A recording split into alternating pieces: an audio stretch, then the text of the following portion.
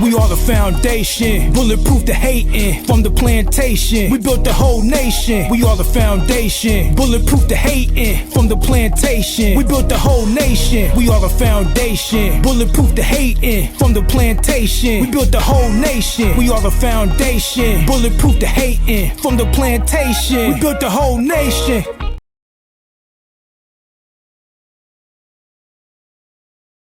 Y'all doing? What's up, brother? How you been? Man, I'm doing good, man. I was in a debate with my parents about the felony.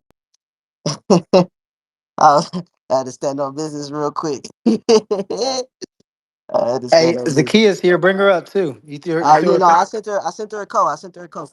I bet. Hold on, let me put some headphones on real quick. Get it going. Shoot. This is gonna be a fun one. This is gonna be a fun one. Hold on, let me see. Hi, everybody. Hey, how you doing? What's going on, sister? Can y'all please also add my husband? He's shooting. Oh, yeah, of course.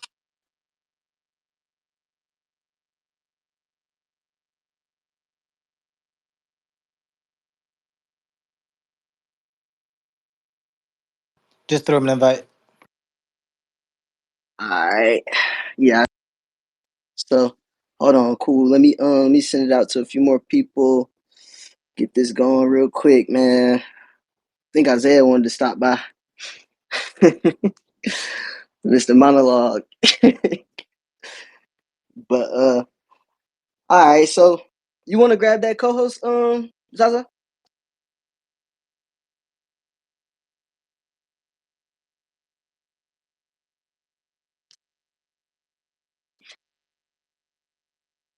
Alright, cool. So can y'all hear me? Yeah, I got you, Lima Charlie. Yeah. Yeah. Alright, cool, cool. Alright, so I just wanted to start by just saying I love what you're doing so far, Zaza. I only talked to you one time so far. And me and Javon, we were kind of just thinking, from the last space that we were in together, that it'd be lit to basically just kind of talk about the future of Black America.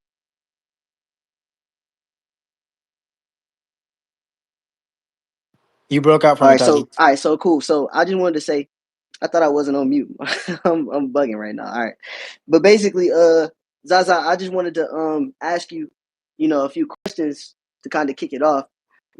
Like with conservatism, like what's pretty much like your whole perspective on the whole thing, and kind of like what's your story? We could wait till till a few more people come in and stuff like that, but I kind of wanted to really hear from you as much as we could, because me and Javon, we had the idea to pretty much just talk about the future of Black America, and Gen Z, like the young folk, and how it's a lot of us that's really making that transition and getting to a point that we done with the BS. You feel me? So I kind of want to hear what part of the fight, that you really resonate with, and how you perceive conservatism and things of that nature.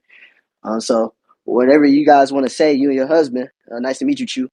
I would love to hear about that. I would love to hear about your marriage and your values and things of that nature. Okay, so first of all, thank y'all for letting me join this. Thanks for letting me know this is a very good opportunity to have this conversation. As far as what you asked about what it means to be conservative, I believe that's what the question was, or what it means to me. Well, what it means to be conservative, honestly, is just preserving Christ, preserving traditionalism, and basically doing what's right. I mean, we all know what's good, what's bad. We know the difference between good and evil. And being a conservative just means holding strong to your values, and not letting anything that's going around. Don't let democracy or anything like that keep you from doing what's right. And the further we progress into just the Democrat communist takeover, the harder it is for people to stick to those values, because it becomes more and more pressure to conform. I've experienced this myself. And so I just think with being a conservative, it's all about just doing what you know is right. My moral compass is Christ. So Stick Oh with that. man. So you got a favorite Bible verse you want to share? I actually do. My favorite Bible verse is Romans 12:2. Be not conformed to this world. Do not conform. All right. Yeah, no. Which part of that? It was a Acts verse that I posted today. Let me go look at it real quick. But it was pretty much just saying like uh uh, turn away from this stupid culture. I love that. I love that.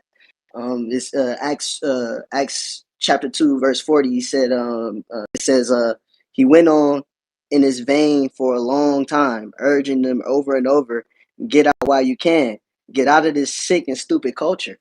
And I feel like that's really indicative of where we are in modern society, right? So like us as Christians, oftentimes, we are the outcasts. We are the people who are looked at as the weirdos, and but that's a good thing, right? It's a good thing to be separate from this culture because it's a lot of things that have been normalized that are not normal. You feel me? So Yeah. I really resonate with that. I really resonate with that. What about you, Javon? You got one? Yeah, it's in my bio, Joshua 1:9. I Oh just man, think I it's. can't hear Javon. Can you hear me? Anybody else hear me? I can hear you. You can hear me all right? All right, so yeah, well, when you finish your submission, I'm gonna just drop you and bring you back. Okay, bet. I was gonna say Joshua 1:9. Just having the Lord, pretty much knowing that He's with you. Not to be discouraged, not to relent, and to persevere. That's really what that quote is about to me. It tells you that no matter about what's going on in this world, right is right and wrong is wrong. And although there might be pressure to conform and to kind of acquiesce to whatever is common nowadays, Zakiya just talked about conserving values. There is no such thing to Christ. Right is right and wrong is wrong. So being able to live true to that, I think it's been an encouraging message for me. And I just want to make this clear too, because I think a lot of conservatives, in my opinion, get this wrong. A lot of us believe that somehow we have to, Christ does compel us to spread the gospel, but if folks aren't going to receive it, that's not, you've already done your job by expressing the gospel to folks, by encouraging folks to read the word of God and to adhere to it. You've done your job. That's not to mean that we can allow just rampant immorality left and right. But at the end of the day, adhering to Christ is going to be a personal journey for that person. All you can do is expose them to that, help them along the way, and ensure that they aren't impressing their oftentimes atheist viewpoints on us. And that's what we're facing today. We're seeing a lot of an embrace of really just immorality and the absence of Christ in American society. And I think that absence and really it's promulgation, really, like it's encouragement to Christians Yo, Javon, ourselves. Like you still we talking? got to fight against that. So I'll end it there. I'll drop and come back up. All right, so let me drop Javon and bring him back real quick. Man, I didn't even get to hear the submission. I know it was fire. Can you sum it up for me, Zaza, real quick?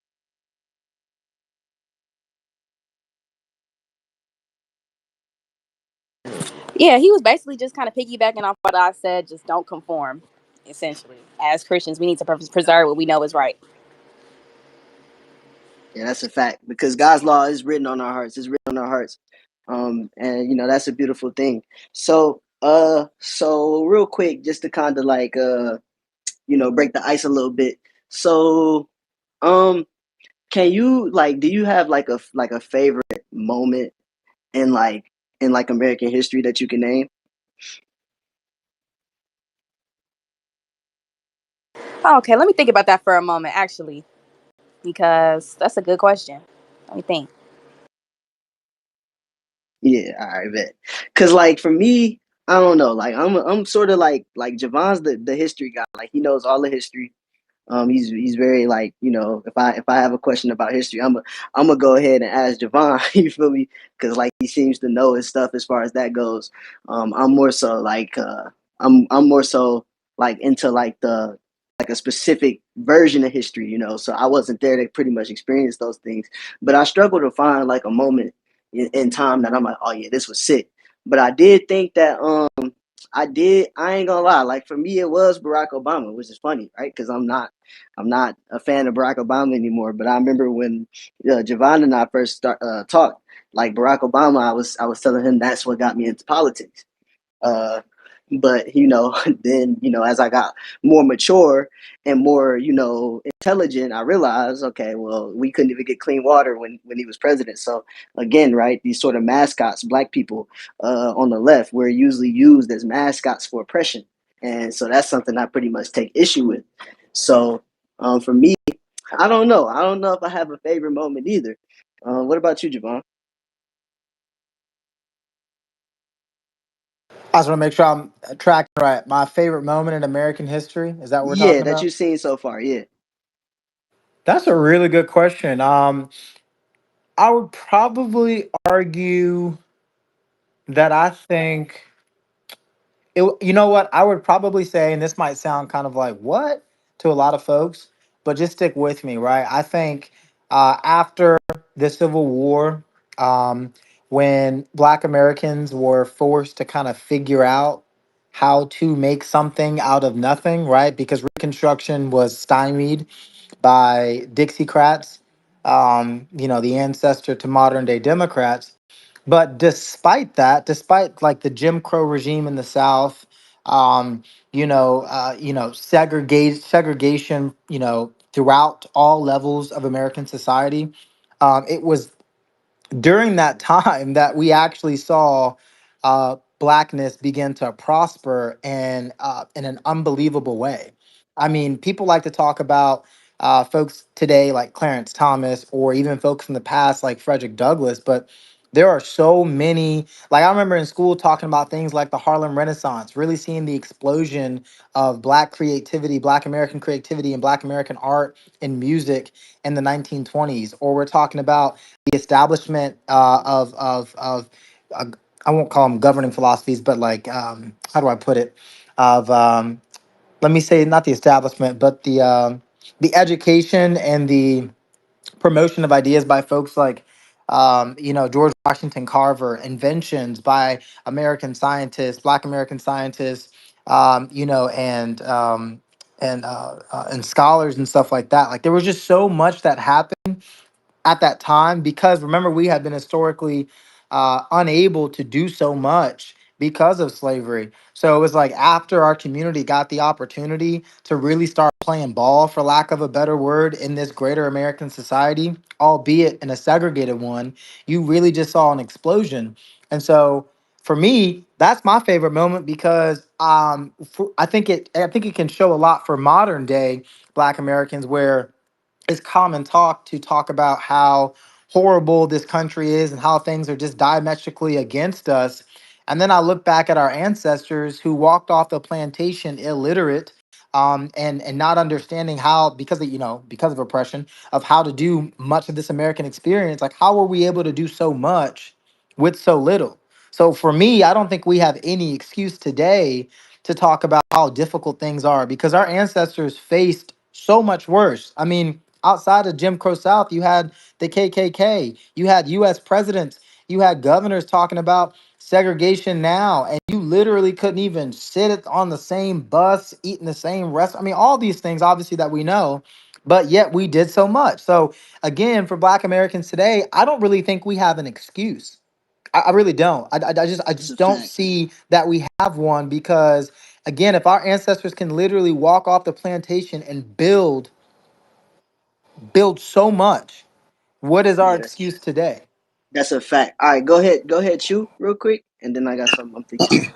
Yeah, my boy just really took the words right out of my mouth. That's exactly what I was gonna say. The era right before the civil rights, it was literally peak Americanism. Like they really exemplify what it means to go out and get it spirit. You figure it out and let the man lead and the family follow, and everything was thriving. The business was thriving, the economy was thriving, the families were thriving. They were church oriented. They really figured out and really, like I said, demonstrated what it means to be American, considering they ancestors were slaves and how they basically got off the plantation and just figured it out. And that is honestly beautiful, even in the face of actual segregation, actual racism. it just kind of puts into perspective that these people today literally have no excuse. It's a slap in the face to their ancestors to even say that you have excuses. And Chu, let That's a me say this fact. too, right? If there was not only because you mentioned this, and I feel like this is important, and we need to reemphasize this, not only a connection to Christ, but an understanding of community. Like we embraced our communities, and I feel like today, I mean, come on now, I'm sure you and Zakia, I know Tazi and I have, as well as Mr. Washington, when it comes to just talking about what it means to be a black conservative, the amount of opposition we face, not just from white liberals, but from other black folks, is crazy to me. Like, I have never in my life, I promise you, I stamp on everything. I've never in my life called another black man any type of pejorative. I will never call another black man a coon, a Sambo, or any of the other terms that white people came up with to describe us. A house nigger, like all these things. Yet we throw these terms so loosely to fellow brothers and sisters because we may have ideological differences. Like that to me is fascinating, and it's really a derivative. It's a learned behavior from white liberal to demean, to really divide ourselves so that we can't coalesce to really do something great. So it's things like that. The emphasis on community and Christ, I think, were fundamental to Black prosperity following the Civil War. Yeah, and that's a Yep. fact. And for me, like I found so I experienced so much opposition from my friends. It's people that I talk to on a daily basis now that are conservative because it's fashionable, right? But when I first began to kind of like explain to them my conservative perspectives, or just like talk about the Clarence Thomases, talk about the Ben Carsons and the Dr. Thomas Souls, you fuck with that coon. Why you like that coon? That's man, you on some coon shit. Them niggas coon. Candace Owens, that's a coon. You feel me? So it's just like again, right, politicizing our people against good black people.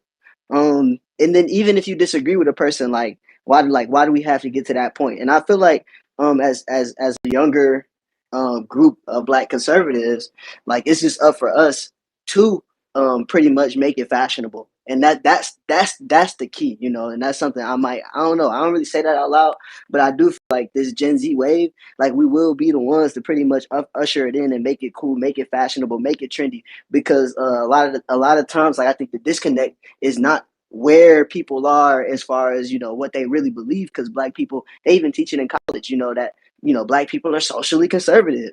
It's the disconnect comes into how we're perceived and how we interact with each other. Because oftentimes what we get hit with from the left, they're master virtue signalers. They're masters at the emotional appeal. Whereas like on the right side, we typically tend to be more fact based and more reasonable.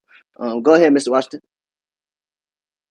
No, I think it's Kanye. Hey, peace and blessings to the room on this wonderful Sunday. God bless. I think it's once Kanye gets past his dropping his album, and he makes some Yeezys with 45 on the sneakers, we got him beat, because we all know that it's the youth, the 25 and under, or the 30 and under, that controls the culture. And once you guys control the culture, then you can speak on behalf of these corny conservatives that are just out here just whack, don't dress right, don't know no music, just corny because it's just corny. But the culture is always coming from the black community, especially the young black community. So I applaud you, Javon, locked in with Zaza, you know what I mean? It's like, once you guys, I support you, because once you capture the culture the next 3 to 4, 6 months, it's a wrap. I land. Yeah, that's a fact. And messaging is important. It's something that we hate, and you guys can chime in at any time. But messaging is important. It's something that we hate to admit. But the reality is, like, we gotta get out here. One thing I love that's being discussed from all different types of black folk who are tired of the uniparty, who are tired of the Democrats, specifically the liberals, destroying this country. And tired of globalism, we all say, okay, we need to, but also let me make this caveat, but also our having black interests, right? Because that's important too. As black people, we got to make sure we keep our own interests, at the forefront of our mind. But basically, what I'm saying is, right now, the conversation, a lot of like in a lot of circles is we need to install our own candidates. Like we need to build up our own candidates and put them in these positions. And I feel like that is very important, a very important conversation to have. Because I don't know, Zaza, how you feel about this, but we are, me and Javon, we are Black nationalists. We do want our own things. We do, as conservatives, we still want, we want to put America first, but we also want to rebuild and establish some of the things that we had during the era of reconstruction. So, what's your thoughts on that?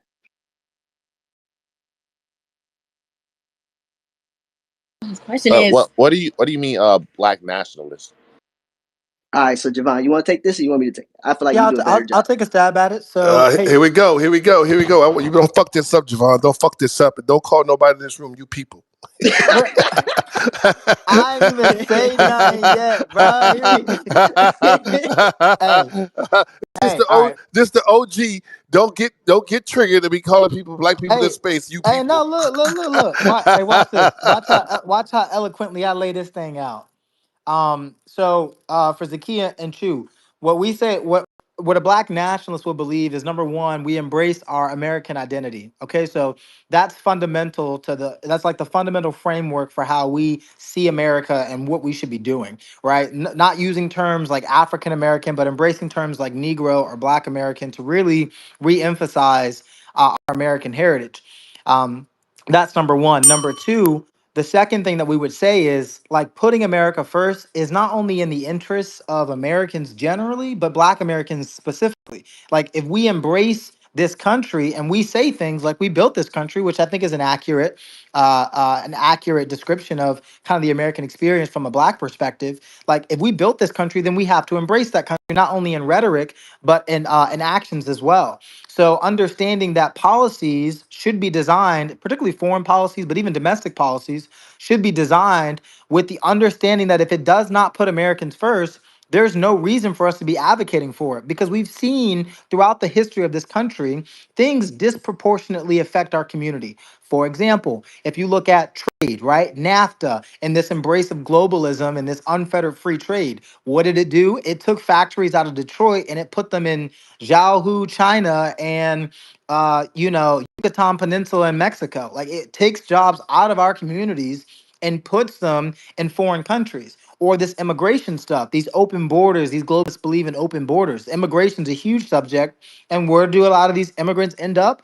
In our communities. So realizing that Black nationalism really just means an embrace of our American heritage and an advocacy for pro America First policies, both domestically and abroad. Like that's really what it is, because we have to realize as Black folks, again, without embracing that, we're really setting ourselves up to fail and to be ultimately replaced by a demographic that doesn't have nearly as much history, that hasn't fought in every war in American history, that hasn't had blood, sweat, tears, and deaths contributed to the success and ultimately the prosperity of this great nation. So that's kind of like a rough definition of it. I hope I did a good job, Elder Washington. No, I Yeah. I completely agree. And when I was talking to my wife yesterday about it, you pretty much just summarized what I said in like a couple of words of basically America is only as strong as the weakest link. And at this point in time, the Black community is the weakest link. It needs to be helped. So when you help the weakest link, you helping the country, or when you helping the country overall, you're helping the weakest link. So it's kind of a vice versa type of thing. And you're right. And Yeah, enacting certain policies, it directly affects us it directly. absolutely does. And I think another important thing too, and I say this all the time because to my white conservative friends, oftentimes I get in response, well, why are you making it about race? And I tell them very simply, this isn't about race. It's actually about ethnicity. Black Americans are an ethnic group. Okay, we're not delineating ourselves based off of race, because if that was the case, we'd have things in common with people on the continent of Africa, and we don't. Our experience is unique in this country. So understanding that though we share a complexion, with people across the Atlantic. We don't share the same heritage or culture as those folks. And so that is also super important to Black nationalism. Like, we are looking for the prosperity of our ethnic group, no different than Irish Americans or Italian Americans or these Asian American groups that go out there, or the Jewish Americans that go out there and advocate for the prosperity, health, and security of their ethnic group. Black nationalism seeks to do the same thing whilst embracing our Americanness, our American identity. Amen. Yeah, so that's pretty much. Yeah, I'm all for Black nationalism now, because I feel like a lot of the main issues in our community, well, not even the community, the country, the nation, are linked to issues that fester most heavily in the Black community. One of the biggest issues I believe that exists, that if dealt with would fix a lot of issues, is the that pretty much is the highest in the Black community. Black single motherhood is pretty much one of the biggest issues. I think that's like the core problem that's leading to all the issues that we experience. Because when you think about the Black community, right, it's like, we from Chicago, with the fatherlessness, these single mother households, the matriarchies, we literally can witness what a matriarchy looks like from being in a city, and it's not good. The impact is horrible.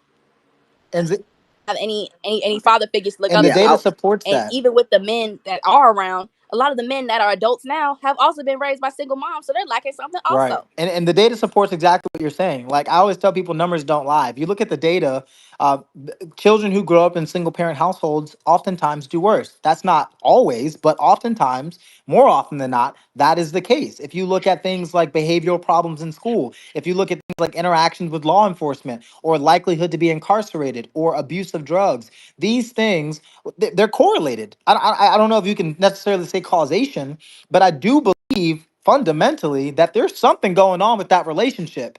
And yes, there is something to say about this. In 1950s, over 70% of Black households and Black children grew up with two parents in the household. By 1970, so 20 years later, that number had dropped to damn near 30%. So we know what caused that. Policies of the Great Society by famous racists such as LBJ, which encouraged single parent and single mother households in our community, and also in addition to locking up the fathers of our community.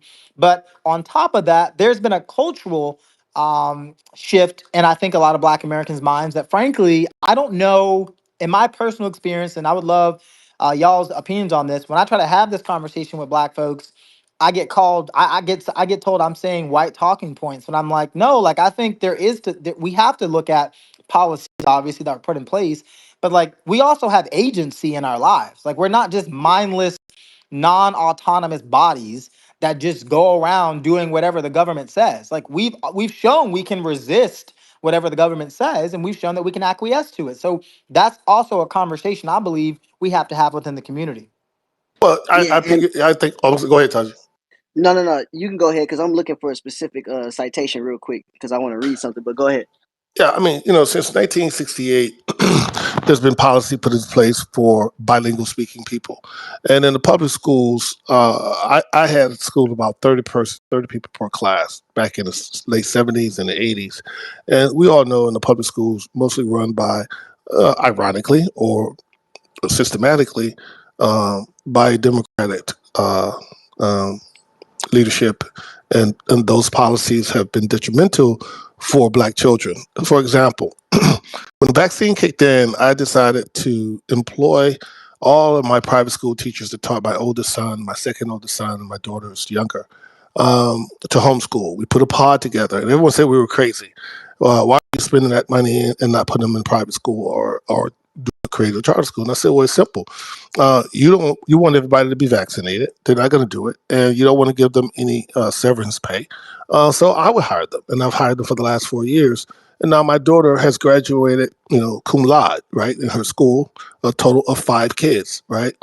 Traveled to Costa Rica, traveled to London, going back to London.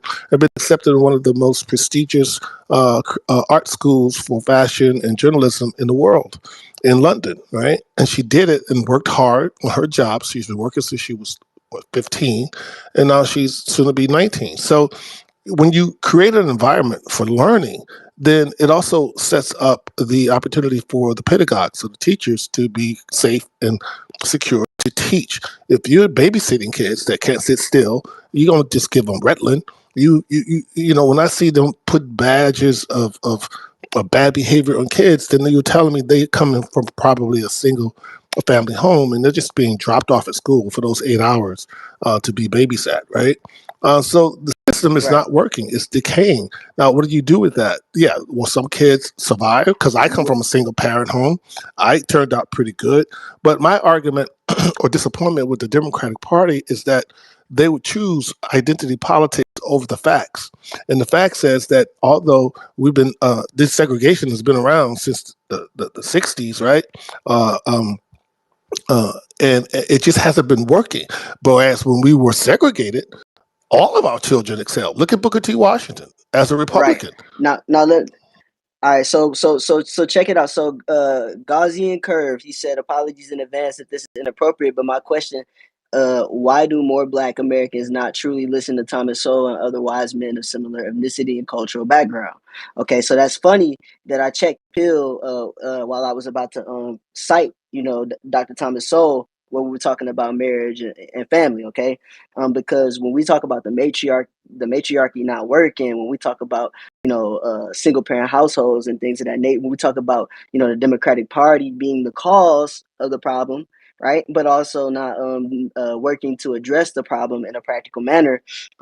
Check this out. I just found this very, very interesting. Okay, so and this is I'm so happy to have two like married individuals in here. Well, a married couple is what I should say in here to really have this conversation. But so what it says here, it says many might consider okay, so these factors might be summarized as examples of racism. So the causal question is whether racism is either the cause or one of the major causes of poverty and other social problems among Black Americans today.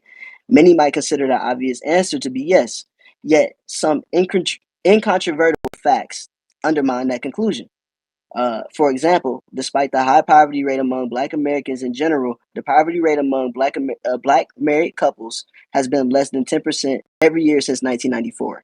The poverty rate among married Blacks is not only lower than that of Blacks as a whole, but in some years has been lower than that of whites as a whole. In 2016, for example, the poverty rate for Blacks was 22%, for whites was 11%, and for Black married couples was 7.5%. Do racists care whether someone Black is married or unmarried? If not, then why do married Blacks escape poverty so much more often than other Blacks if racism is the main cause for poverty among Blacks? Right? If the continuing effects of past evils such as slavery play a major cause in a major causal role today, whether the ancestors of today I don't know why I'm struggling to read this, but pretty much what I'm saying is, I what I'm saying is, uh, this is from Dr. Thomas Sowell, and basically what he's arguing that exactly what he said. He said that marriage is a solution to some of the problems that we have as Black folk. Um, and so I felt that important to share because again, these are conservative Black people coming up with practical solutions to the problems. This is Well, a practical solution to the problem because nobody can stop you from getting married, right? Nobody can stop you from building that family. And then what do you produce when you produce a child under one union? You feel me? So it pretty much just talks again to the conservative values and the Christian values that we should be having, children as a family. We should be doing these things. But I think to answer Gaussian Curve's question, straightforward is because Dr. Thomas Sowell is not cool enough, and that sucks. Like that's really disappointing. But the fact of the matter is that like when you have to go read his work, whereas today we don't have people. We don't want to read. We want to scroll. You feel me? So that's just something that we kind of got to figure out how to bridge that gap, and I think that Gen Z will be able to do that. well, Yeah, Chu got his hand up. go yeah. ahead, Jim. I completely agree with you. Yeah, Thomas Sowell is just simply not cool, and I think with today being the age of information and it being a wealth of knowledge out there, instead of them trying to simply hide it, they could just deter you from wanting to look at it. they could just tell you that, oh well, you don't need to know about him. You can learn about W.E.B. Du Bois or the people that we teach you in school. And it seems like you way to go, but when you actually listen to, we've been so indoctrinated to think that racism is the biggest hindrance to the Black community. When you listen to the small whisper in the room like Thomas Sowell, and he pretty much destroys that whole argument, you wouldn't even look for that whisper because you accept what you've been taught as fact. Everything that you've been taught is fact, because not only are you teaching that in schools, the people around you are telling. Seen it on the media, you've seen it in the news, you've seen it pretty much everywhere, and that's the definition of propaganda. So to be able to unplug your mind and look for an alternative source, you just won't even do that.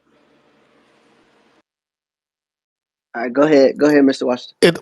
My thing, when I was going to school, I'm 60. When I was in school, we had the Pledge of Allegiance, and we had the Lord's Prayer. Once you took the Pledge of Allegiance out of school, that fosters and foments nationalism, right?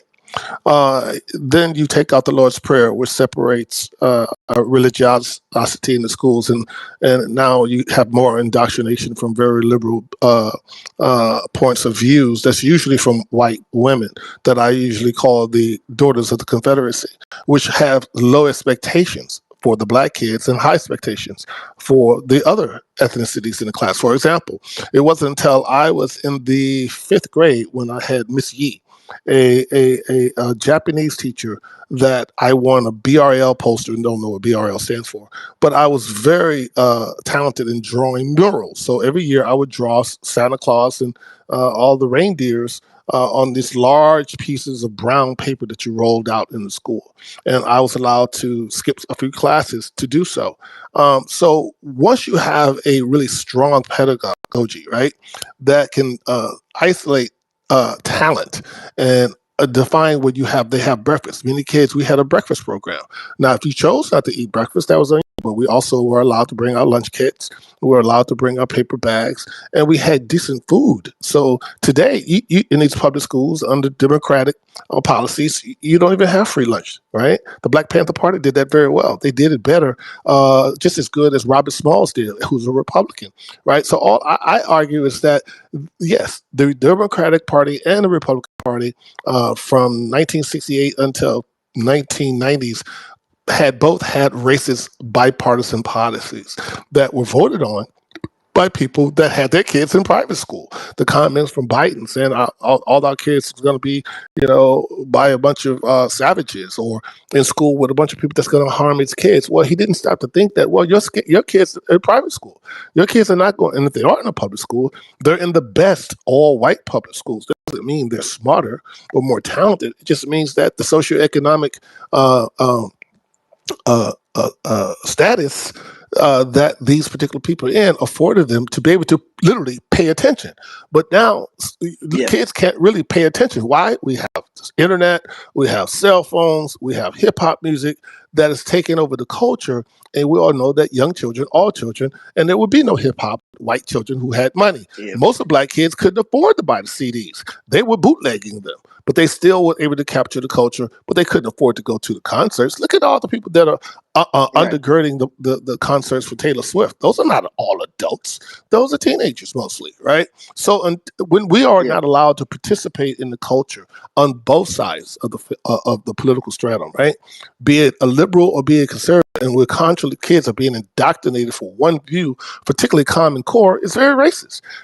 You can't expect the SAT or the ACT to really capture all of the level of IQ of all the children because they don't start in the same place. And I also argue that if there's a single parent at home, that parent is not home to make sure they have a proper meal, a proper breakfast, and come home to a proper dinner. And they're certainly not there, or they're too tired to help their children with their homework because, like my mom, she only had a 10th grade education. So I was always frustrated because I couldn't figure out some of my math problems in algebra. And the teachers felt like, well, oh, I'm not keeping up because I'm not smart. No, I'm not keeping up because you're a poor teacher. And you're That's a also fact. biased because I'm black and think that you could just write a bunch of problems and figures on the blackboard. Then I could get up there and recite everything and figure it all out. And you're not taking the time to kind of meet me where I am, or I don't. Teachers don't meet them, or they're not being paid well. I remember I said on Twitter that I think teachers should be paid $200,000. Why aren't we fighting for law enforcement to be paid $200,000 a year? I had a law enforcement man who I had happened to be a Negro shout me down. Well, cops would just becoming cops to just get paid. I'm like, wait a minute. Our teachers, our doctors, our law enforcement are on the front lines of all the bad societal ills in this country. If they're not properly All taken right, bet. care of, So let me reset go real ahead. quick. All right, all right, so welcome everybody. If you ain't been in here, for too long, welcome. I got John with me. I got Zaza with me. I got her husband Chu here. And we are talking about the future of Black Americans and the American First journey. This is more so like what's going on with Gen Z, and how we can improve this movement and spread this movement, and just where we are, how we came to this point, and some of the struggles that we face in this nationalist agenda. And we got an elder statesman in the space, an old head in this space, Isaiah Washington, Mr. Isaiah Washington. We got Jelly here. Hey Jelly, how you doing? You got any input? That'll be a good time to go ahead and get your chunk in before I start ranting about how it's our responsibility as young Black conservatives to get in the market and start sharing Dr. Thomas Sowell's work, because that's what I'm about to say. So if you want to go ahead, Jelly.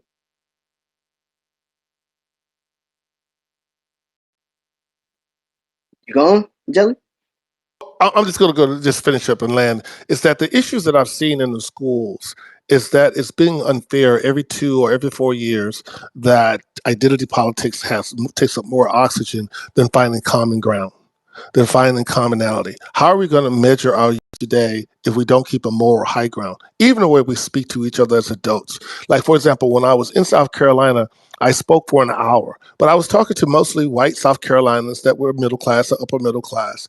But the young people that worked in the venue, I stood there for an hour and a half signing autographs with 24 and unders because they knew more about my recent show, The 100. They knew more about my movies. They're part of the culture. And when I asked them who would they vote for, they said, well, straight up, I'm voting for Trump. It's not that I like Trump. It's just that I was making more money when I was 20 or 21 working after college than I'm making now. The tips are just not enough. So when you just look at just common sense, then you have to understand that I don't get on this thing fighting for myself. I'm okay, but I want everyone to be okay. I want my 25 and 24 and 19-year-old daughter to have a comfortable, less chaotic, less divisive country to call their own, just like I have enjoyed, in spite of its flaws, in spite of the bigotry, in spite of the misunderstandings. I've had a great life in America. So the fact that I choose to vote a different way or support a president that has just as many flaws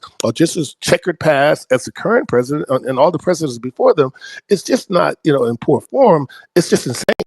So if you're saying that the They be Democratic saying never Nikki. I'm saying never Biden. well, yeah, but I'm just saying, but if you've had 60 years, and I'm 60, of bad policies under Democratic rule at the mayoral level or at the governor level.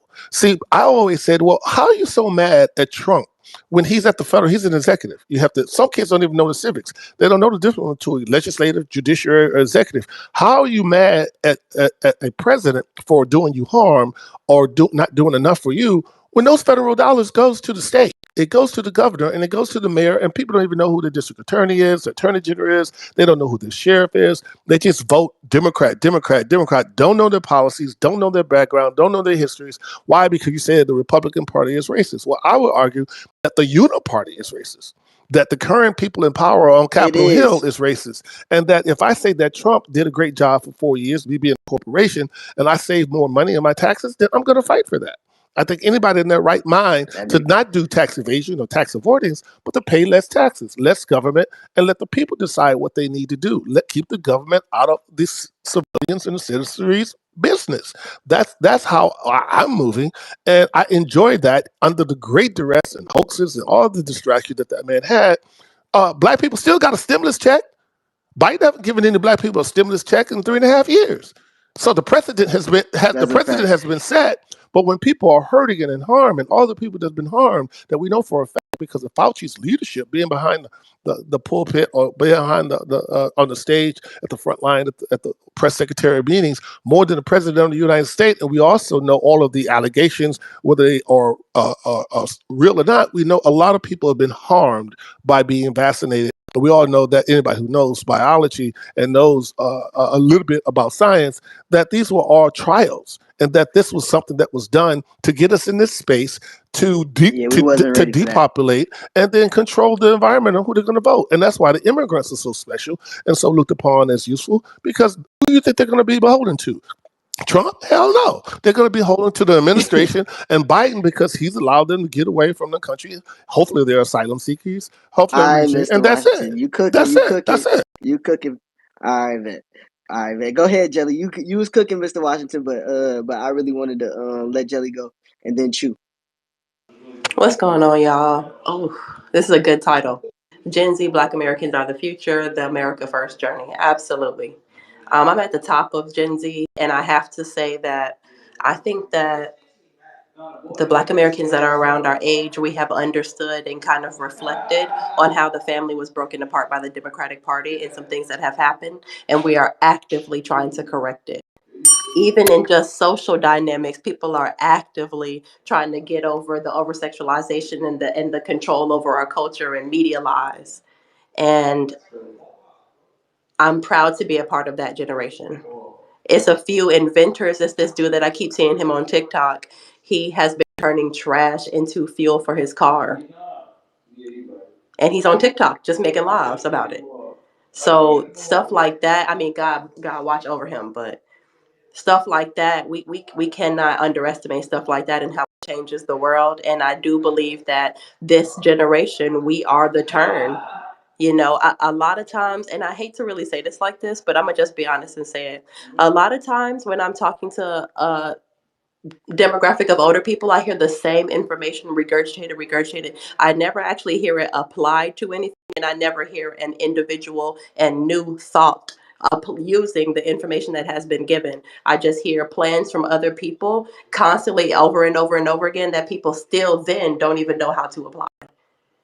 And there are some great leaders and there are some people to look up to. That's why, and more important for anything in Gen Z, your most important hurdle is going to be networking and people that are actually trustworthy to be around and people who are actually on the same mission as you, because we are a generational shift and we have to prioritize that shift.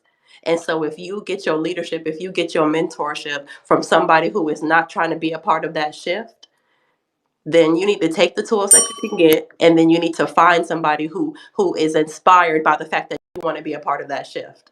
Don't just write all older people off. But I am 100% proud to be a part of this generation. And for people like Taji, for people like Javon, for people like the person that's doing the gas, for people who are out here starting farming, we got some colleagues and we got some competitors. And I don't know what everybody else in their generation about to do, but we looking real 80-20. The 20s looking really, really strong. And I think that this is probably one of the, my 80-20 rule for y'all who don't know is just sort of that I believe that 20% of people will make decisions for the other 80, and that 20% is responsible for the housing, employment, education, and food. And we are responsible for making sure that people's lives are beautiful and that we're able to enjoy families and build culture in a way that doesn't stress everybody out and have to go outside of us for opportunity and for well-being. And so that 20% for this generation, I believe, is strong. And I'm gonna just land that there. Thank you, Jelly. All right, go ahead, you. I wanted to kind of piggyback off what was his name, the disruptor was saying, about how people say, you know, specifically black folks say that they tired of what's going on and they're gonna vote for Trump. But like, Trump is not the end all be all. It's a systemic thing. You have to level, because those federal dollars are going to your city, they are going to your state, they're going to your community, but how they being used and mismanaged is the people that you vote for in your local election.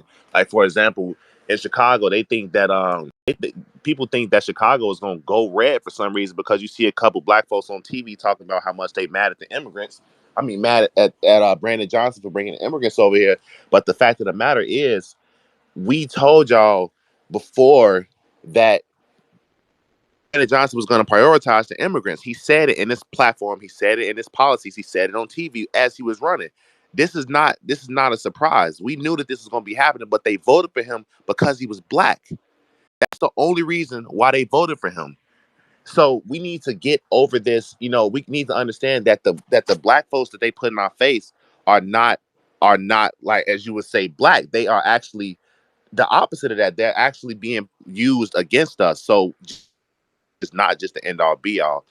I don't think that the people that's I'm only speaking for the people in Chicago, but like, me and my wife and I, we can't find anybody else that even shares somewhat similar values. Like, they all just they'll complain about the immigrants, but at the end of the day, well, at least it's not a racist Republican. That's it. That's it. That's literally it. They won't go past that point of they'll get on the TV and But true, we are called to build things though. You feel me? Like how Jelly was saying that we might be the 20%, that are called that have to build things.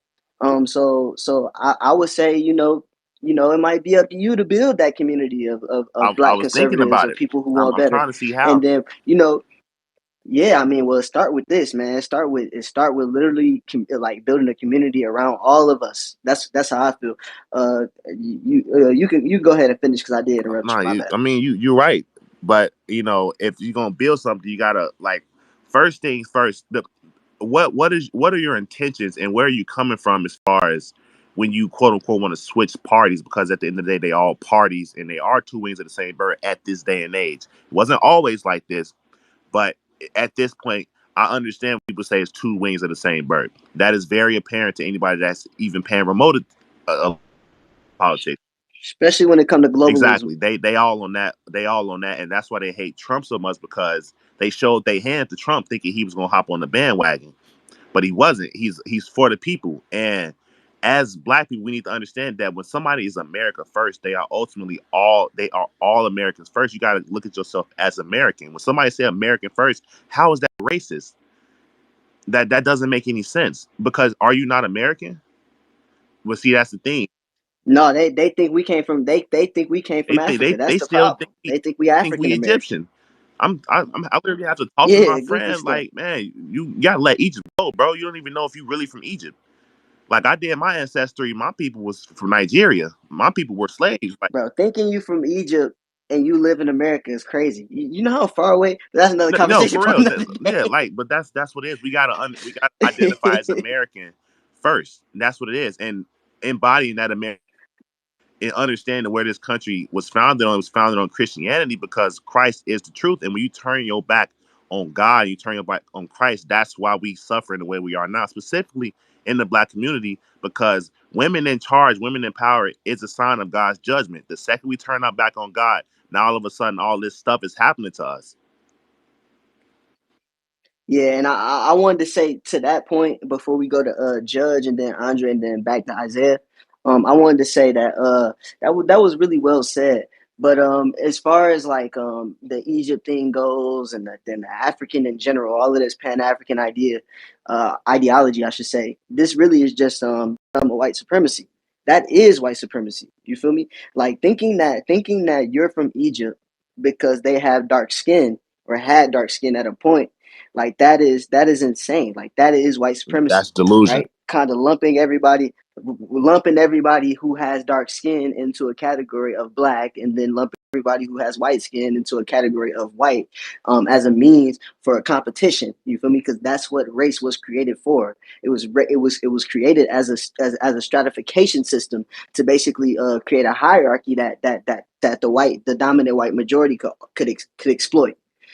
So yeah, so when people think that they're from Africa, like they don't even understand how much they really getting beat on the head by the by the white supremacists, Yeah, like just Dr. Umar. ideology. I blame Dr. Umar and all Yeah, of them yeah, folk, that's them fake hoteps. the fact. The young pharaohs and all of that. Yeah, but we got to go through them too. We got to go through them to get to this point a lot of times in our position.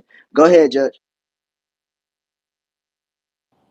Hi, thank you guys. Everyone on stage. I'm looking Javon and everyone. You guys, I'm She put herself back cool. on mute. She came off for a second. No, I'm here. I'm not feeling good, No, y'all. I can hear. Let me just go through my thoughts real quick I, because I can hear her. Can you? Yeah, I can't hear always. either. All right, that's fine. That's You fine. can't hear All me. right, go ahead, Andre, and then Wait, no, y'all can't hear I'm me. gonna drop you and bring you back. No, we Okay, couldn't. wait. How Hold about on, I'm gonna Yeah, drop just you and drop her bring you and back. bring her back up because I could hear her. So Drop her. No, I'm just kidding. Andre, don't come in here and do a 20 minutes dissertation on unions. Now, Yeah.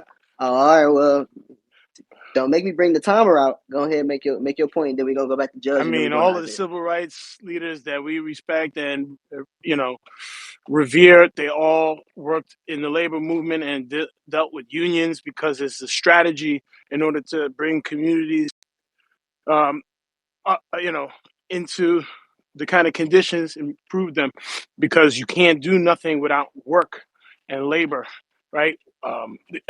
And so we got to make sure that that's a part of the conversation. I appreciate you, Mr. Washington, and all of that, but I'm not gonna lean off of these this system that. All right, can you speak to the title? Yeah, give me 1 second. I'm just getting in. I'm doing. yeah, I just said just speak to the title of the room. I've heard you drop the I signs for know, 20 but I got to minutes. address that. Yeah. But I got to address that because that is where I'm coming from. That is my perspective, and I am gonna, work that into my contribution on tonight's topic. So Gen Zs, they are more than anybody understanding any other generation because of the Yo, internet. you cool? Yeah. I'm just getting back into my house. I was doing laundry. I'm trying to gather my thoughts. Okay. Yeah. So Gen Z generation, because of the internet, they've learned a lot relative to the previous generation of Americans who had their education and their information. It was a lot more limited. We have access to this stuff now, and we understand how in the United States, there's these old and tired arguments in favor of individualism, and it kind of goes to the culture.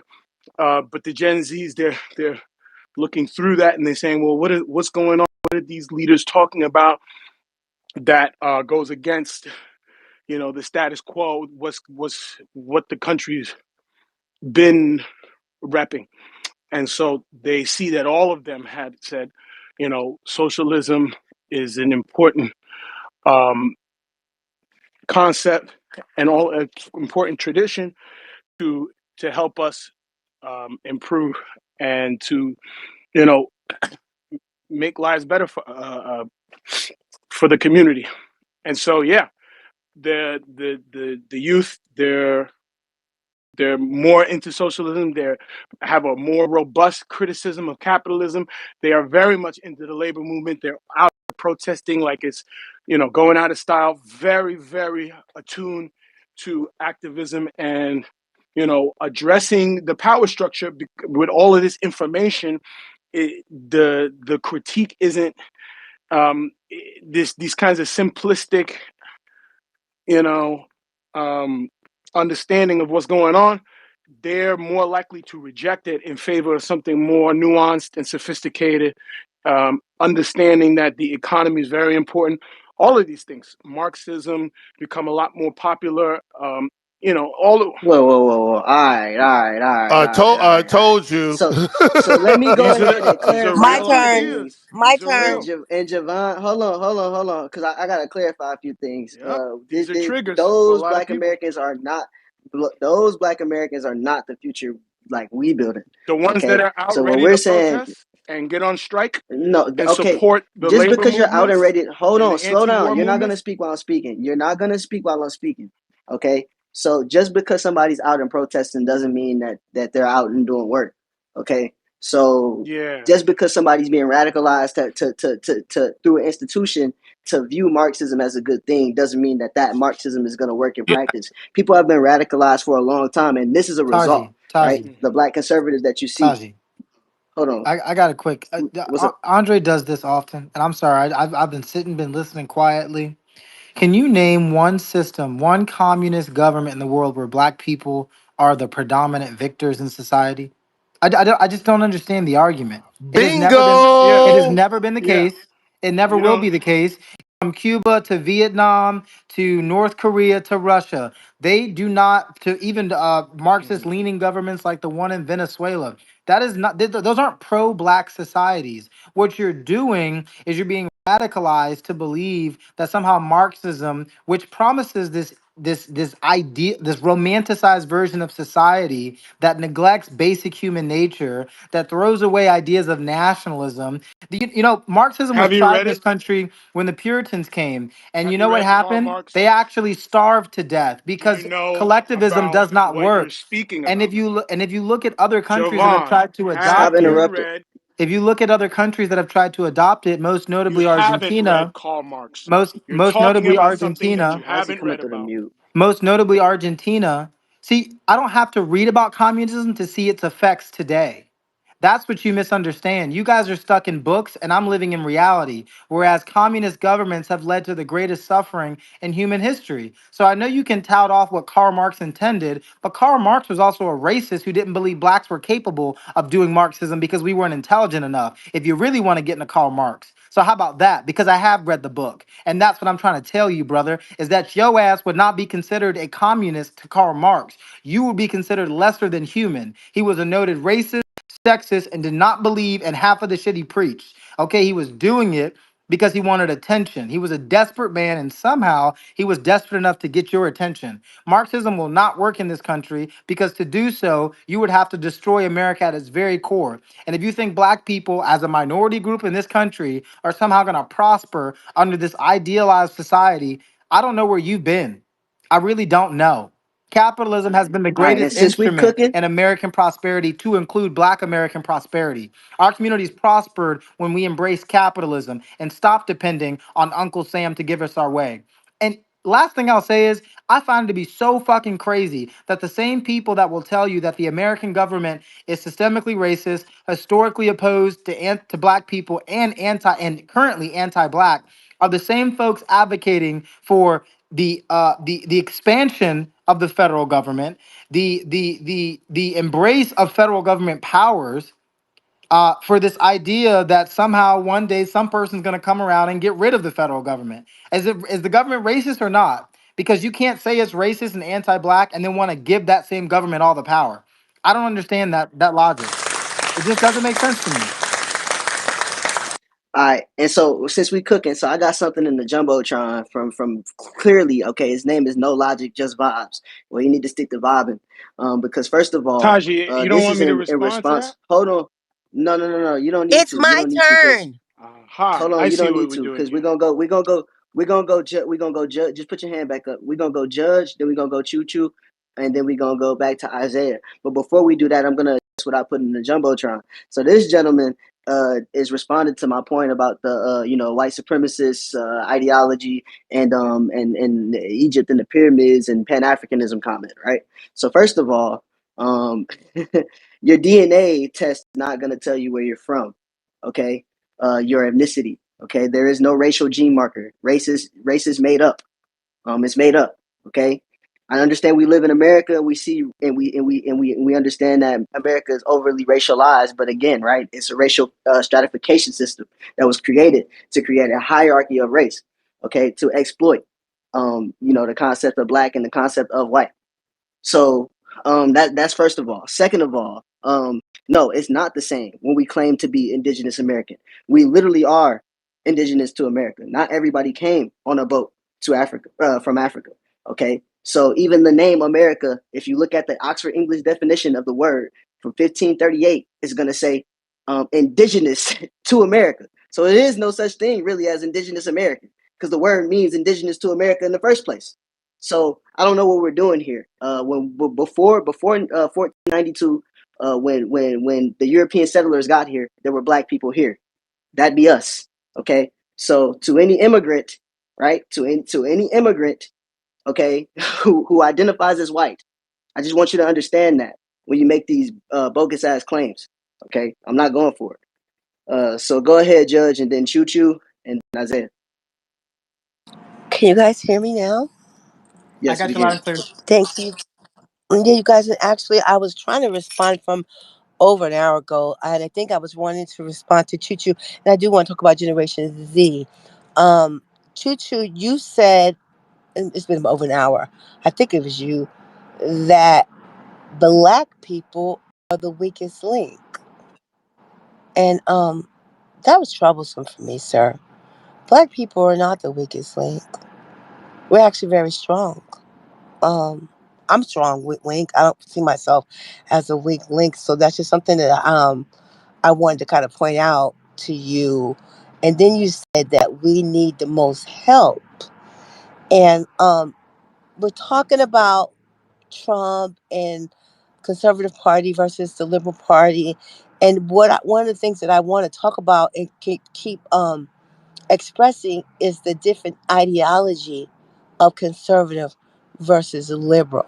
Okay, liberals think that everyone needs a handout and everyone needs help. Regarding Generation Z, I want to speak to that.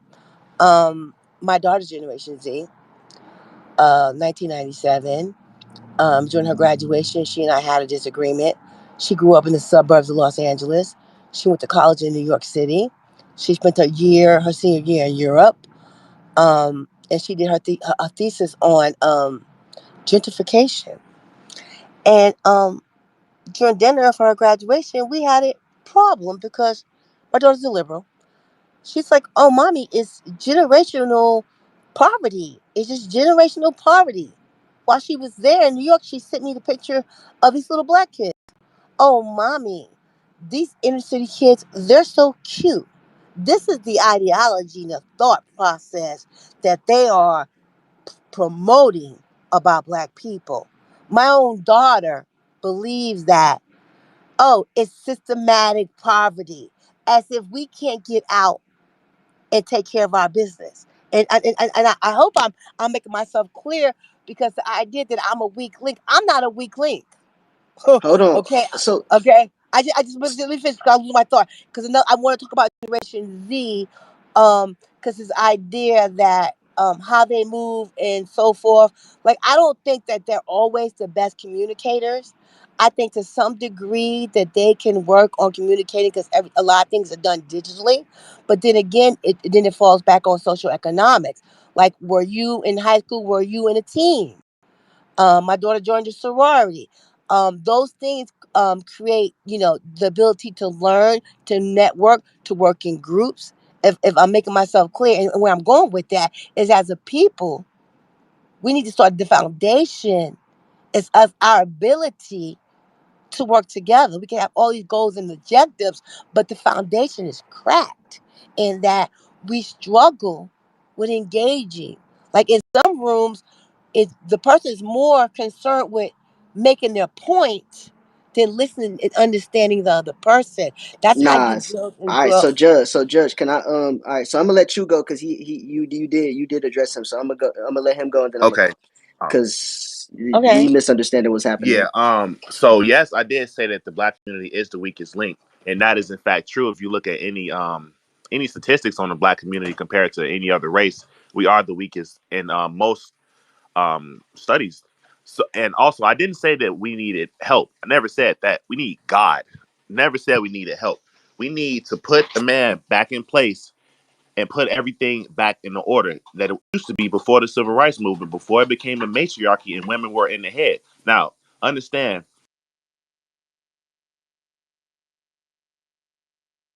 Can y'all still hear me?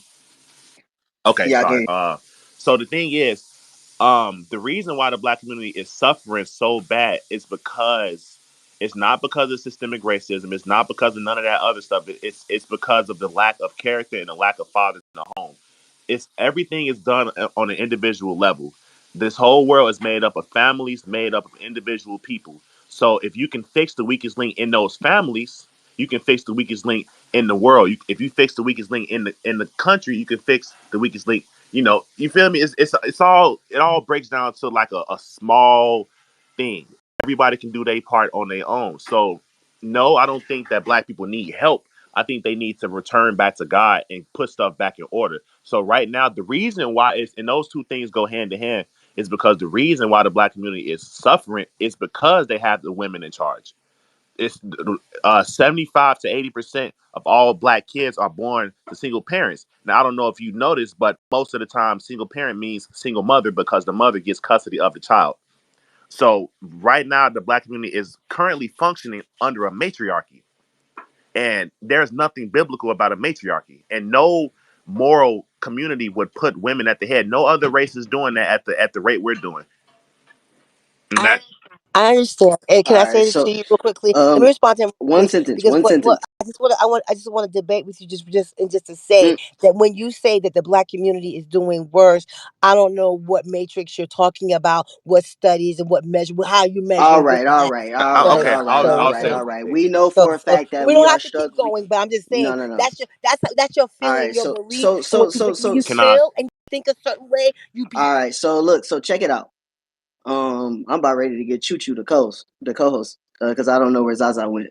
But but yeah. So what we need to establish right now, okay, is that I respect my elders, but this is a conversation about Gen Z Black Americans, who are conservative, okay, who are conservative and who are breaking away from the democratic ideology, liberal ideology, and the bullshit, the games that the Democratic Party plays.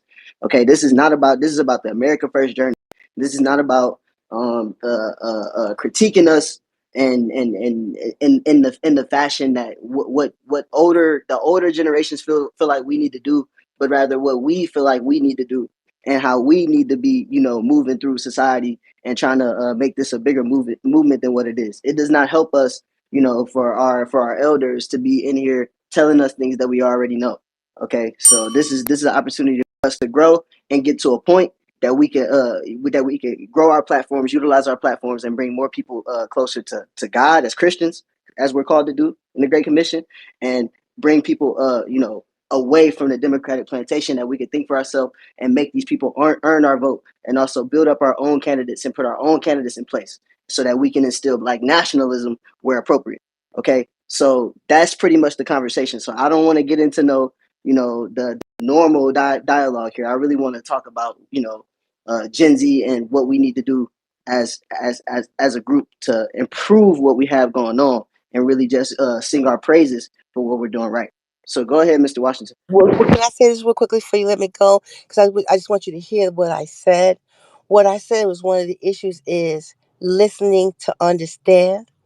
And I'm gonna land there, brother. I appreciate you. Go ahead, Mr. Washington. Whoo wee. Um, I was hoping Andre was still in here because I'm a person that read Wretched of the Earth, Franz Fanon, read Noam Chomsky's Prophet Over People, read W. Du Bois, Carter G. Woodson, read Honorable Attempts, James Baldwin, Stokely Carmichael, seized the time 3 times, became a Black Panther, became a 5%er, her Hebrew Israelite, became a Sunni Muslim, and found nothing but disenchantment and misogyny and bad behavior. And not only that, socialism has never worked. And I love you, Stokely Carmichael and Kwame Ture, but socialism wasn't created by Marx. Even though I read the Communist Manifesto, it was actually started in the 19th century, all right, by critics. Guys that was on the fringe, that was on the outside with these different doctrines and experiments, social experiments.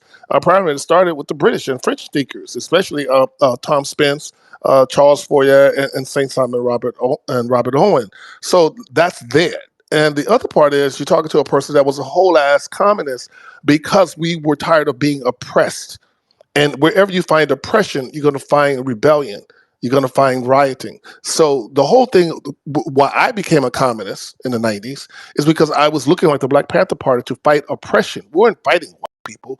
We were fighting oppressive ideologies through both political parties. And that's what the Black Panther Party was created. It was a whole ass party.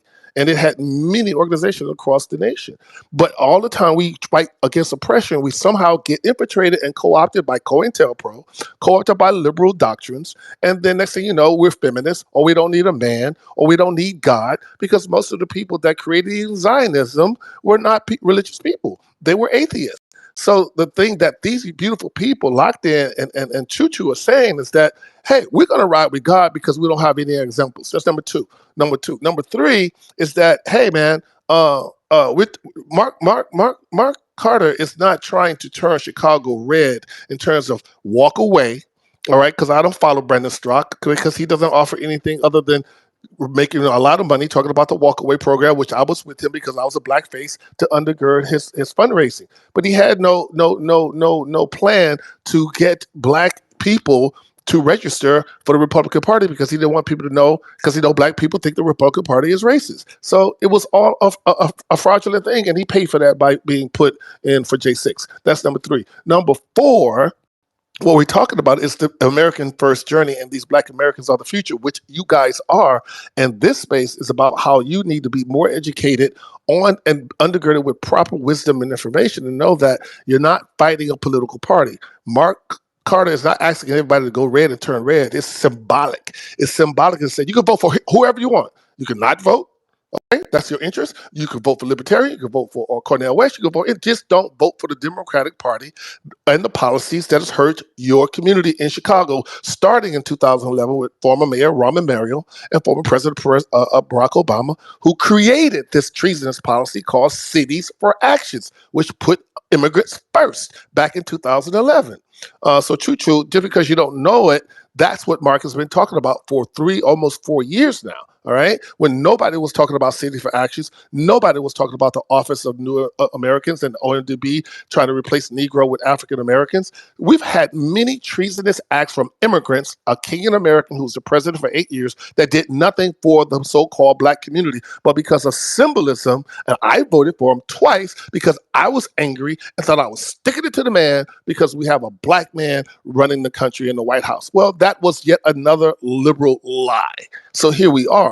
But now we have Choo, we have Locked In, we have Javon, we have Taji that's much more educated and have much more of a stronger spiritual foundation to be able to fend off these liberal indoctrinations and not choose communism or Marxism and socialism, which has never worked. And Karl Marx, he's right, was not the first to talk about communism. It has not worked. In fact, when I was a Black Panther and I thought I could get to Russia, I was not wanted by the people that I was talking to that was Russian in New York. They looked at me like I was a piece of shit. When I thought I could go, when I was carrying a red black book, I could go to China. They were not interested. I wasn't Dr. Burke now. I go to Russia now because I'm Dr. Burke. I'm famous. I'm a celebrity. I'm invited to China all the time to show my movies because I'm somebody. But when you're just a black American or just a Negro looking for freedom and trying to free yourself from oppression, they are not interested in these so-called communist countries. Not interested in you at all. Not even in India where the caste system is still working. So this idea that we could go to another land that's supposedly, and actually Russia is more Christian than we are. Putin's people are more Christian than we are. So that idea is just romantic. Not even Africa. Where's the Negro going to go? This is our land. This is American soil, and we have to be American first. We was here and we first. have to be American. Leaving would be crazy. Exactly. I'm not.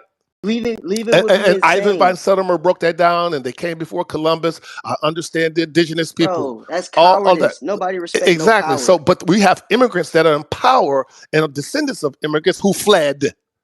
The people that are in power are the descendants, mostly the Germanic people, fled from the Bolsheviks, where the Russians were killing their own, fled for balkanization. Like even now in our land, if you take all of the melanated people out of America, you take all so-called Negroes and black people out of America, right? They would balkanize and find a reason to kill each other. Look at the Protestants against the Christians. Look at Bosnia. They will find a reason to kill each other because their DNA is usually murderous people. They don't know how to trust other people. All That's right. it. No, Yeah, I I'm a was with you up land. into that. But if I'm old enough, Let's. but have you been to Russia? No, I've been to never Moscow. Russia. Have you been to China? I No, have a I've lot never of been to Chinese China. fans. So have you been to Nigeria? Have you been to Nah, Sierra I've never been Leone? to Have Nigeria. you been to Rwanda? Have you I lived in London? Nah. Have you lived in Canada for 20 years? Nah. Which is a socialist Nah. country. So don't poo-poo me, young man. Oh, Be respectful. Be all right. respectful. All What right. I'm All right. saying is, All right, Mr. with Washington. even with the French that killed the original indigenous people, the Canadians, and created French to be spoken in Montreal and Quebec, they didn't do it because they were nice people. They did it because they fled their land. So what I'm saying, and I was land, is how we're expecting to listen to leaders, be they conservative or whatever party, when their understanding is to flee and to not to support the American allies that they truly have, which is in the Black and American and the Negro. That is what I was trying to say. Now, if we disappear tomorrow, if every basketball player and every football player and every entertainer and every rapper disappeared, where's the culture that's going to make millions of dollars for the music industry and the entertainment industry? So this idea of going back to him saying that we don't talk about entrepreneurship, right? We don't talk about civics. We don't talk about trades that was taken out of FAA, how to be a farmer when I was in school. All those things were taken out by design so we could be sitting here having a Tajis and the Javons to repair and start, if you choose to vote for Trump, and he's not the Republican Party, it's Trump, then you're doing it for your interest and for the policies that are put forth, like Frederick Douglass. I'm a Frederick Douglass Republican.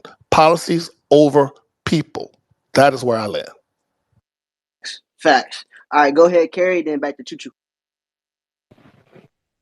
Yeah, thanks for letting me up. Can you understand me? You're a little bit muffled. Oh, I'll go down and come back up there. There you go. No. It's your mic, like your hand over the mic. All right, well, go ahead, Choo Choo. But just quickly, how many people in this space have ever read Cities for Actions and Office of New Americas? I haven't. You actually taught me something on that. I have not read that. Thank you for telling me about that. 'Cause I didn't know. If you don't know that, right there in Chicago, where President Obama and Rahm Emanuel has given the okay for Governor Abbott to send thousands to what they called welcoming city before they said sanctuary city, thousands of asylum seekers, they call them, and refugees to Chicago dating back to 2011. If you don't know about what Mark Carter is doing because of Cities for Actions and Office of New Americas, which is a treasonous policy, then you don't understand when he's saying he's trying to turn Chicago red, because Chicago has fallen through immigrants. New York has fallen. Michigan has fallen with the Somalians. And what he's standing on, you're not going to bring that bullshit Marxist shit to Chicago. That is what he's standing on because of Cities for Actions, which you need to read up on in Chicago, and Office of New Americans. That's all what I want to say to you, Choo Choo.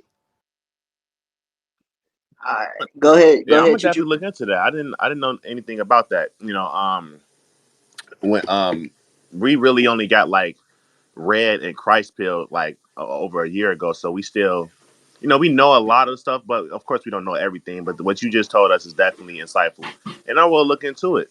So maybe my judgment on him was a little wrong, because I ain't know what was going on. It just seemed to me that I'm seeing a lot of people that's popping up complaining about specifically the immigrants, and they all just like, oh well, they giving us stuff that we supposed to get, which sounds very liberal. No, not to cut you off, but it's deeper. Have you heard of Trey La Agua, the Marxist Venezuelan cartel, which is bringing fentanyl, has been bringing fentanyl in Chicago? And not only that, the current president of Nigeria used to sell heroin to Mark Carter when he was a drug dealer. He's talked about this numerous times. So the people that are in power need drug sales, need mass incarceration, because that's millions of federal dollars. They need refugees because that's how they line their pockets with federal dollars. So if you don't know about Cities for Actions or Office of New Americans and what these treasonous mayors are doing across the country, then you don't understand what Mark is standing on. And you won't understand when I'm in Chicago, August 19th,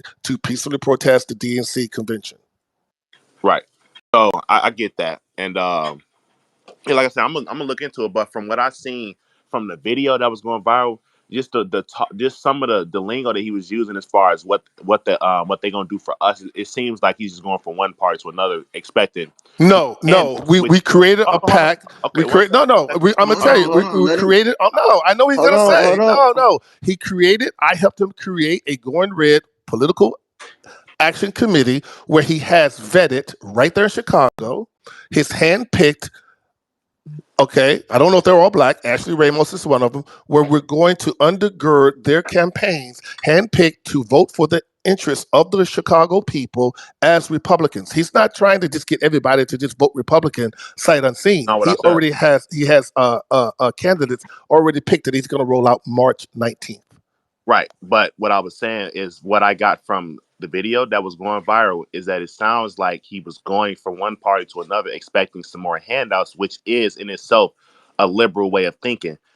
Thinking that the government is supposed to do something for you. That's the thing about conservatism, is we want as little government as possible. We want to be able to thrive as so that we can build our own we want to do our own thing. We want y'all to fire yourselves, if anything. Yeah, okay, so this is a really good time for me to reset and kind of like get back to some of the things I really wanted to talk as a group with Zaza, Chuchu, and Javon about. Cause I mean, I wish Patty was Oh, here yeah, too and Jay. Zaza, But she's listening too. She's cooking right now. okay, cool. Oh, awesome. All right, um, so all right, so this is Gen Z, Black Americans of the Future, the America First journey.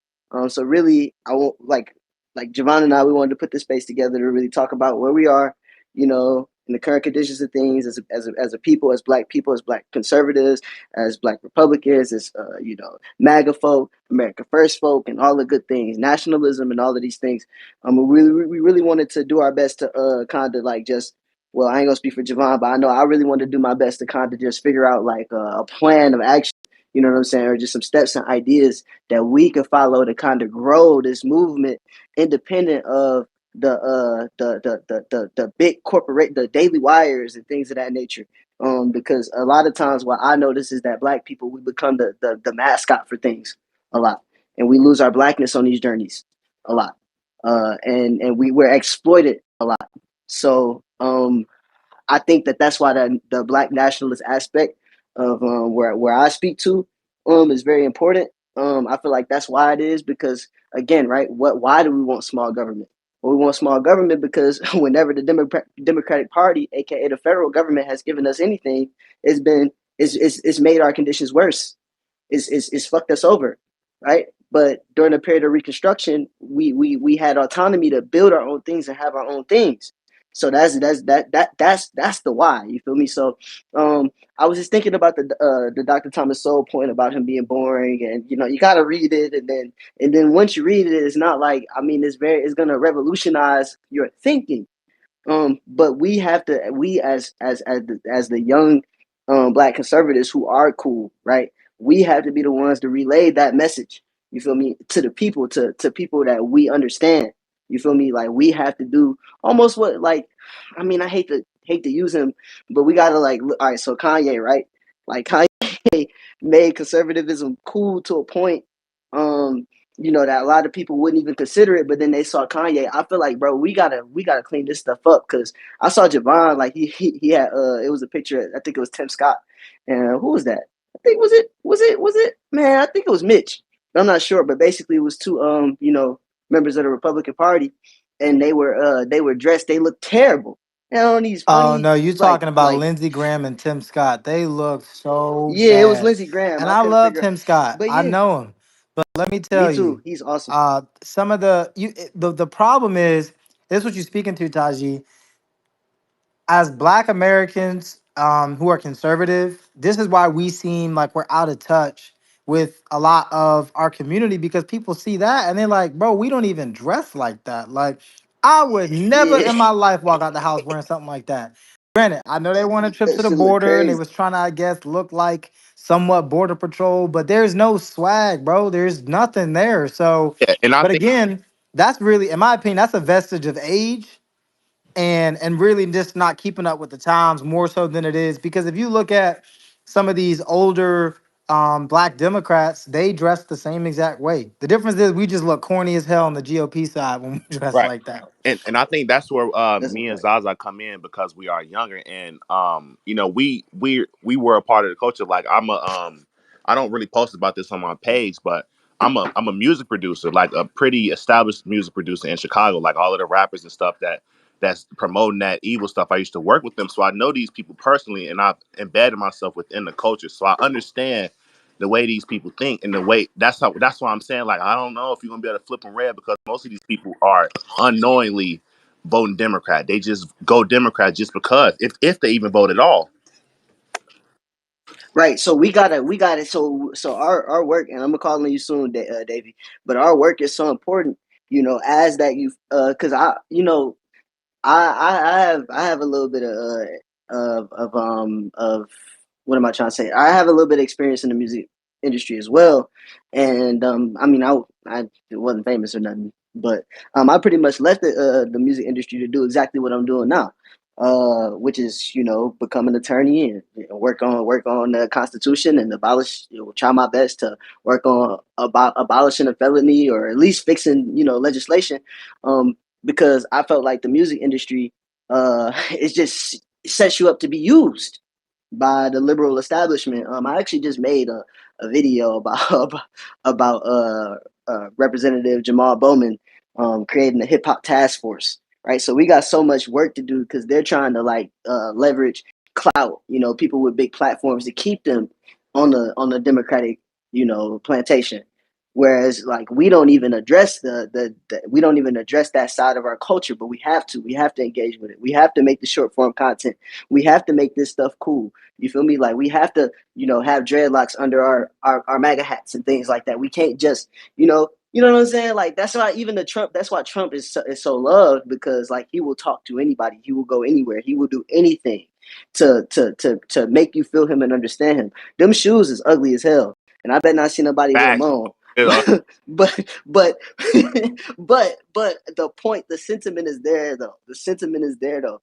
Like we gotta make sure that we connecting with people who are our demographic, who look like us, because we don't need the old heads. We need the young folk. The old heads gonna do what they gonna do, and every now and then, you get, we blessed enough to get, somebody like Isaiah that can, kind of bridge that gap and get that perspective, and it's good. But for the most part, like it's a lot of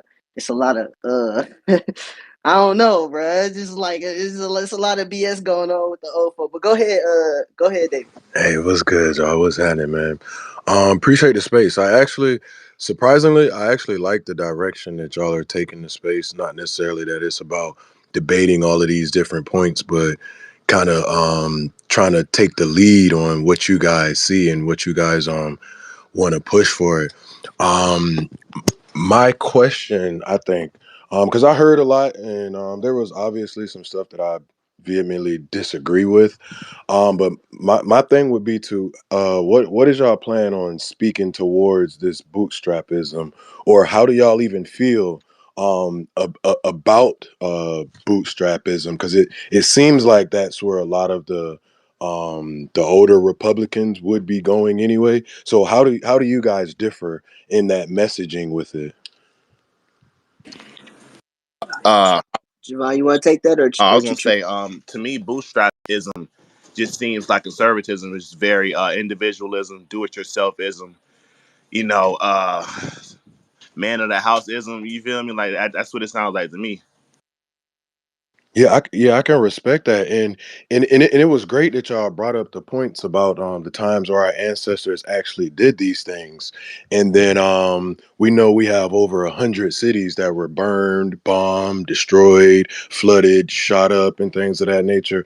So I'm thinking that's where it is, where people are like, yeah, like what's even the point? Like, what's the difference? Y'all got any plans on suing the DNC for all this BS that they've done to our communities? Like, because I like seriously, because I can state that I dislike the Democrats for what they have done against our community, but when it comes down to the Republicans, it's like, all right, y'all haven't done anything either. Well, not anything positive or negative. So it seems like when people are when y'all brought up the Mark Carter situation, like he's switching from one party to get something in expectation. Shouldn't that be what the mindset is, to be able to get something for supporting this party, considering how what people been on the Democratic plantation for 60 plus years? No, well, if you going Republican, because at this point, if you switch it to moderate age Republican, you're basically switching from Democrat to Democrat. That's why we went far right to conservatism, which is constitutionalism, which is, what this country was founded on, the Christianity aspect of it, and doing it yourself. When you want something from the government, you're basically saying, look, if I give you more of my dollars, you use the more of my dollars to do what I want you to do, which is not going to happen. It's not going to happen. With the more we pay in taxes, that us paying this much in taxes is communism. That's why we had to get our independence from Britain, because they was getting taxed so much. You can't establish yourself if you pay in the state every time you get some money. Okay, I definitely understand. I want to give y'all a real quick idea. A lot of people have been talking about in the space. I have to shout out to my sister Clout. I think she was one of the first people that brought it up. But when it comes to this mass immigration, like both of these parties want these immigrants over here. We can stop the cap just in different ways. So I think there needs to be some sort of American dream tax. We don't want the taxes to go to the American people. So these people that have lesser than immigration statuses or lesser than generational statuses here in America, they should be taxed for it. How do y'all feel about that? Maybe. Basically, we just got to make it make sense. But that don't sound like a terrible I say idea. I close don't the mind border, that. because what is the nation without Yeah, borders? just close the border. That's really all you gotta do. Just go back to what Yeah, we was just doing before. You can come over here if you go through the process. It's yeah, just supposed to be hard to get in here. I bro. The man tried to build a right, wall, like bro. This is what I don't understand. The man tried to build a wall, bro. Y'all said he was right. racist. Like, what are we But doing? I might cop them retro Trumps though. I'm gonna keep it a buck. I'm Man. sorry. Nah, Them You know tough, what I'm bro. I man. can't saying? do it. Yeah, I Please might If don't. they have to had a cop. different Please colorway, don't cop the the gold kind Trumps. of killing it. The gold, the T is what's killing it, bro. You couldn't. You just put that little baby Hey, ass T on there, bro. You couldn't have made the this is T what look we call in cool, the bro. black community. We call that head ass. That's head ass. That's definitely some head ass for sure. All right, go. You got any thoughts before we go to Yeah, so Isaiah? this is what I have to what I would say directly to what the brother just said. I think we have to be we if black people are interested in conservatism and what that means, like we have to understand that conservatism is a different approach, right? And let me be very specific, right? Because I would say MAGA is an especially unique approach. When people Yep. say the political parties are the same, I would wager that you're absolutely right because globalists exist on the left as much as they do the right, which is why you have people like Lindsey Graham, a Republican, saying he wants to ship more dollars overseas. And it's why you have Democrats supposedly saying that they want that we got to just make sure we take care of the immigrants and give them Gavin Newsom, right? Give them free health care. It's the same side of the different sides of the same coin. However, what MAGA represents is a break from both of those. That's why Trump, in my mind, is not a Republican. He's a populist and a nationalist who happens to caucus with the Republican Party.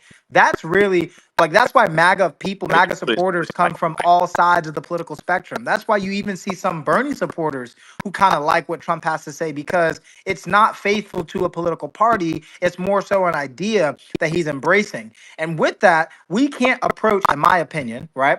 I don't think it's judicious for Black Americans to approach Republicans, specifically the MAGA wing, the same way that we've approached the Democrat Party for the past 70 years, right? So saying that they need to give us things, I think is the wrong interpretation. I hear this often from some folks who are fed up with the Democrat Party, but also are kind of lukewarm on embracing MAGA and the America First movement. They say things like, well, what are they going to give us? Are they going to give us this? And that's the wrong, in my opinion, the wrong way to go about it. We need to demand stuff. This isn't a there. We're gonna sit back and I hope that they give us to us. That's what got us into trouble with the Democrats to begin with. Because instead of doing what Republicans, some of them have done, such as shut down the government to get their damn way. Black folks who vote for the Democrats, just we make this big uproar and nothing happens. The Congressional Black Caucus could stop every last bill from passing right now in order to get things that some Black Americans have said they want, regardless of how I feel about it, like reparations. I know this is a conversation that will eventually make its way to the stage, so I'm just going to address it in this facet. But we could have it tomorrow if the CBC said we're not going to pass any bill unless that gets passed. There's no reason why we couldn't, because clearly we've got the money to do it, and we can send $100 billion to Ukraine. So money isn't the issue. The problem Yo, is the political aspect I'm of it, right? So I say all that to say, if Black folks want a seat at the table at the Conservative Party, number one, that comes through voting, right? Like people are not going to consider you if you're not part of their coalition. That's number one. Number two, when we get to that table, we have to realize that it's like a business. So we're going to negotiate for what we want. And you may not get everything you want within the first 5 years, 10 years even, but consistent negotiations through time is how this American political system is designed to work, meaning we give to get. And we can do that on our side of the house. I don't believe in negotiating with these Democrats because to them, a border bill is 98 billion to Ukraine and 10 billion to our own border. But between ourselves, between people who believe in putting America first, that negotiation is possible, but it's not going to come from sitting on the outside hoping that they're going to give us something due to benevolence. You know what I'm saying? That's Yeah. a fact. And I just wanted to say that reparations, we might get reparations if we all start voting for the Republican Party. The Democrats not gonna have nothing left. They're gonna have to give us reparations. They're gonna have to give us, bro. They're not gonna have nothing else to give us, bro. They will get to a point that they done tried everything. They done up the food stamps. They done even gave us a stimulus check, do all of this stuff, and then the last thing left, bro. They last thing to stand on is gonna be, oh well, what about reparations? How about we just So how do we determine who gets reparations? Oh, man. No, I was trolling. I Oh. don't think that. I don't. Yeah, no, I was BSing. But go ahead, go ahead, Isaiah. Okay. I'm not going to get into the reparations conversations because there's a lot that Chewy and Locked In don't know, and I don't want to take over the space about how we're going to do it. Because if you don't know about the Freedmen's Bureau, if you don't know about Special Order Number 15, a debt owed that was reneged upon, about treasonous act of assassinating President Lincoln when he signed Special Order 15. Yeah, we know about that. Okay, so that's working on number one. Number two, that conversation is going to be had with Mark after the primaries. Okay, when he probably whatever, David, that conversation is going to be having with Mark with President Trump, who also put our platinum plan, which is a horrible plan. I've been working very hard for the last 5 months to put the best of the best minds, along with other people that have been talking about reparations, to show you how to do that to the Treasury Fund, to the Treasury Department, that's controlled by the. Don't forget to subscribe, like, and comment. Channel Raw TV Bay Bay.